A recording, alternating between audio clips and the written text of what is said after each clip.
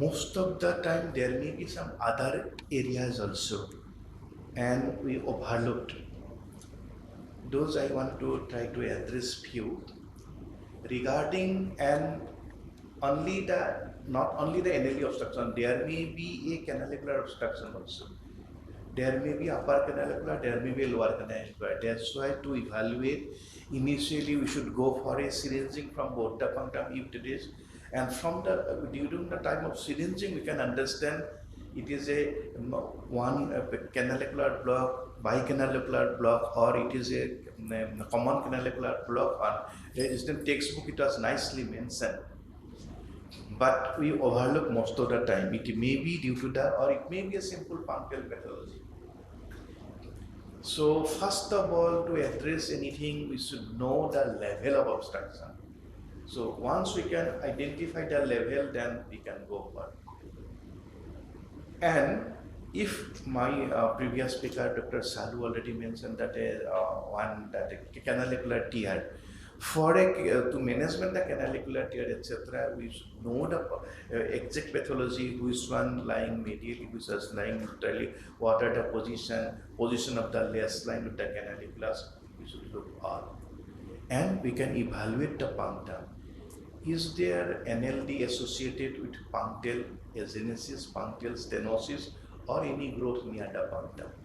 That punctum is healthy or not? Is there a punctal ectropion or entropion? Because later on that the epiphora may persist.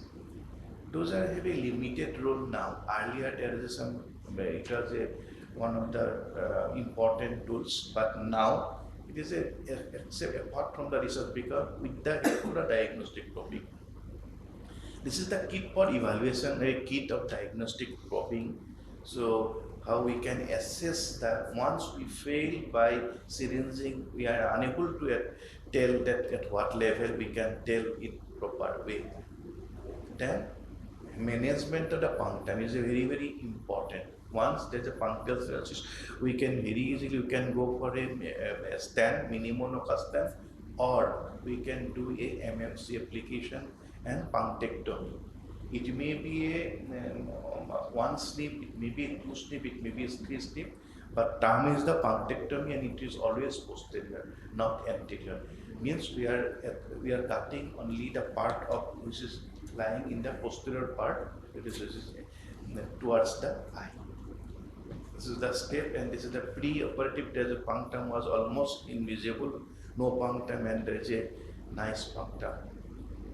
So this is the punctectomy. Sometimes this particular patient, he was complaining of epiphora. Once I examined, there is one eyelashes was inside the upper punctum, and the lower punctum also injured by the same punctum, the same cilia. The cilia was just inside the punctum, and the treatment is just I remove the punctum. Remove the cilia from the punctum and it's cured. So he was treated by 2-3 doctors with the antibiotic drops, etc. But the cause was on the cilia was inside the punctum. So this is the treatment. Very simple. Sometimes there may be, it may looks like a tonic necrositis, but is it? No.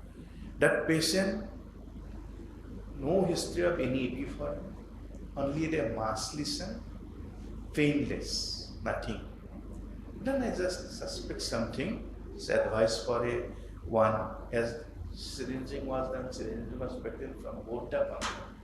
So then I see it is not a case of a necrositis or something, so something different. So advice for CT scan, they are also mentioning is a large set mucosine. CT scan report was mucosine. Then what to do? Then I explain to the patient. So there may be epiphora in future, but we will explore. And then I plan for a exploration and the removal of the thing. Then surprisingly it was a huge mass lesion, and we found this is like, then I was suspicious it was a dermoid or what. Then I just open up this thing. It was sac. It was like a sac. Just open up and see. This one is one inside, and it was covered. One was covered by a sac-like object, and it was live, and it was detected as a thalassia. Thalassia. It was a very long. And those are some unusual presentations. There may be some melanotic lesion.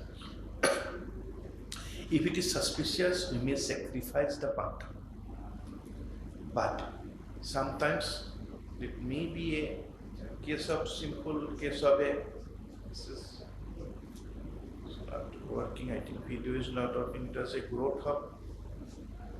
I will show you in other, but it's not matching. So then DCR, if there is a block in the NLD, definitely you can go for DCR. But if there is a block is before the sac, this is in canalicular membrane or canalicular block, we can go with canaliculoplasty or intubation. If one canaliculus is involved, we can go for a particular one, and we can spare the later one, and we can go for a monocanalicular intubation. If the both canaliculus, we can go for a canaliculoplasty if it is that block is beyond 8. There is a take-home message in a Brook standard. If there is a block proximal to the 7 or 8 mm, better you can go for the conjunctival DCR. Those are some hallmark. If the upper one is totally closed, better not to touch to the lower one. You can bypass it, and you can go to canalicular decrocystostomy. Another Vitruja already mentioned balloon decrocystostomy. But another important is larger canaliculoplasty. That very difficult is, of course, theoretically it will be very good that we can visualize. Now there is an instrument for very small instrument which can evaluate through the punctum. We can go up to that NLDO. We can observe, but very costly instrument. With that, we can deliver if there is a scarring, and then we can deliver it and laser, and we can treat this scar, and we can put some tube, and it may cure it.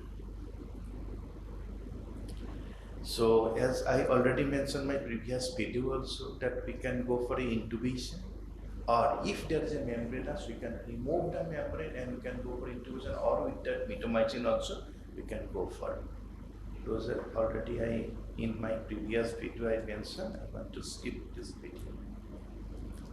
Another, as ma'am asked the question, so and one of my study regarding what may be the source of in case of a panlo. It's multifactorial definitely, but what may be the either there is a two source. On one side the sac is connected with a conjunctiva, another one is the nose. So source may be either from eye or either from the nose. That is true. There is no other point.